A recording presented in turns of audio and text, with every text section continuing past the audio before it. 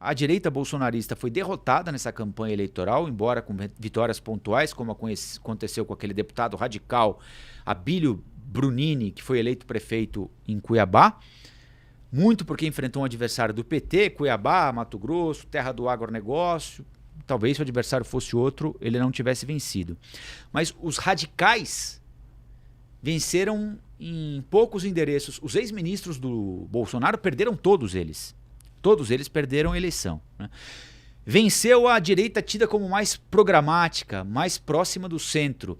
Inclusive, líderes dessa direita programática, mais próxima do centro, como Ciro Nogueira, como o Valdemar da Costa Neto, presidente do PL, disseram, olha, se nós tivéssemos nos aproximado mais do centro, talvez tivéssemos feito mais prefeitos, tivéssemos tido um desempenho ainda melhor nas eleições. Então, projetar a partir dessa eleição aqui o que vai acontecer em 2026 não me parece fazer sentido. É muito mais lógico projetar a força dos partidos a partir da apuração dos votos nos legislativos, na Câmara, no Senado. Esses partidos, especialmente o PSD, o MDB e o União Brasil, que saíram muito fortalecidos das eleições municipais, eles vão ter mais argumentos para sentar à mesa com o presidente Lula e dizer o seguinte, olha, nós queremos mais espaço, porque somos grandes, porque somos fortes, e o presidente Lula vai ter de dar esse espaço a esses partidos. E a partir dessa renegociação de espaço lá em Brasília, começar a vincular eventuais aproximações ou distanciamentos a candidaturas nacionais.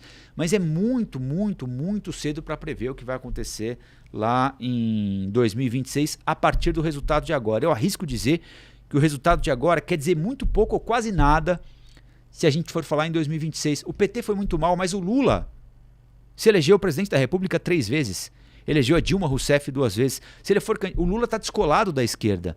Também muita gente diz, olha, porque a esquerda precisa pensar, porque a esquerda precisa se reciclar, precisa renascer, e isso e aquilo. O Lula está descolado disso. A população, o eleitor do Lula, quando olha para o Lula, não olha para o PT.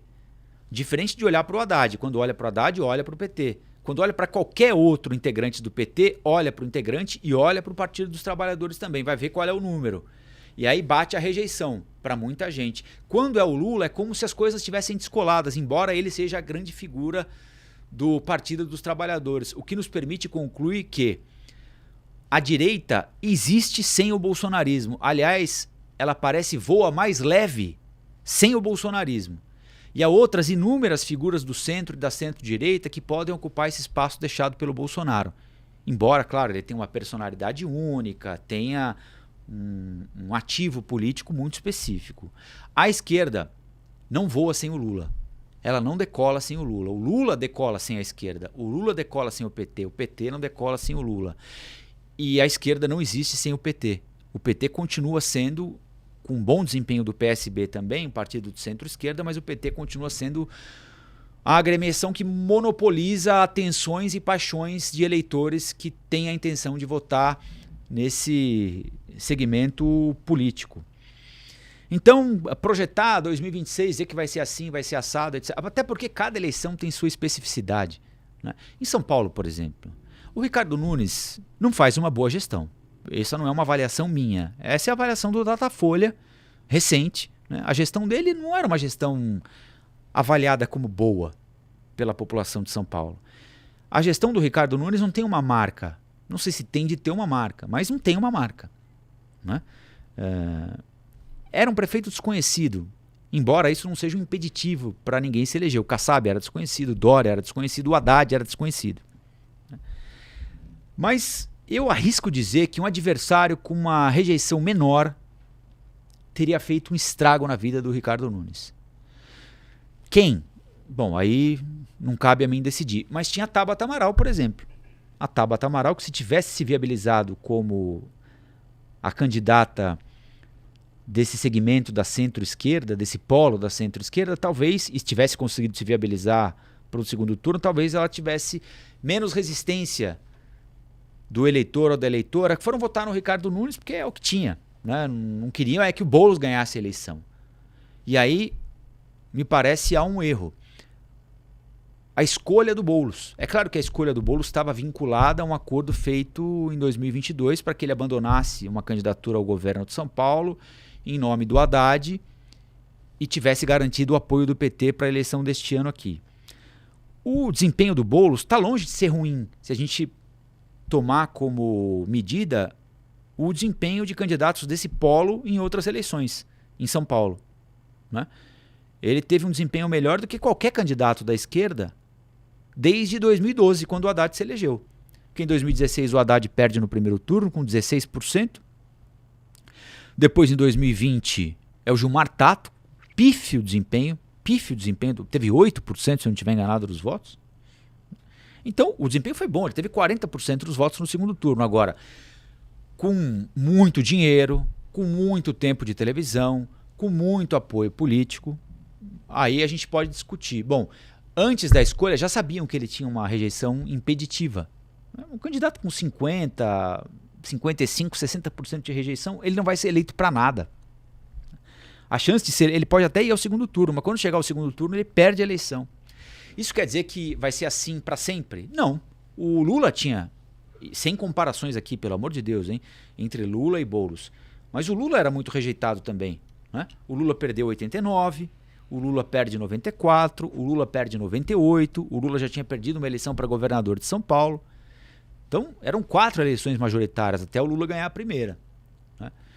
Que trabalho o Boulos vai ter de fazer ao longo da sua carreira para conseguir ser encarado pelas pessoas como alguém que pode ir além do radicalismo, ou que pode falar para um grupo que vai além desse grupo que tradicionalmente apoia a centro-esquerda. Então, eu arrisco dizer que muito da vitória do Ricardo Nunes se deve à escolha do adversário, uma escolha equivocada do principal adversário com uma rejeição impeditiva. E depois, é claro, fez uma boa campanha também, enfim, mostrou propostas e realizações que de alguma maneira agradaram uma parcela importante da cidade. Agora vai ser um novo mandato do Ricardo Nunes, vencido pelo Ricardo Nunes, provavelmente uma administração diferente. Essa ainda era uma administração com muito resquício tucano, né? Nem tantos quanto o Bruno Covas deixou, evidentemente, natural que mudasse, né? Mas ainda com resquício tucano. Vai mudar e o desafio do Ricardo Nunes vai ser, primeiro, abrir espaço para todo mundo que o apoiou, né? Isso é muito bom na hora da campanha, nem tão bom na hora da administração, porque aí você tem de começar a assinar a fatura que vai chegar, né? E ver como ele vai abordar e lidar com a presença de bolsonaristas na gestão, né? O Ricardo Nunes é um político do MDB, um partido que tem uma história de luta pela democracia. O vice dele, por exemplo, participou de ato golpista, né? Qual vai ser? Disseram hoje que ele pode colocar o vice na Secretaria dos Transportes para que ele acompanhe as investigações sobre a entrada do PCC no serviço de transporte público, né? O Coronel Melo, ex-comandante da Rota, coronel da PM, né? Essa coisa de... Embora isso também não queira dizer nada, né?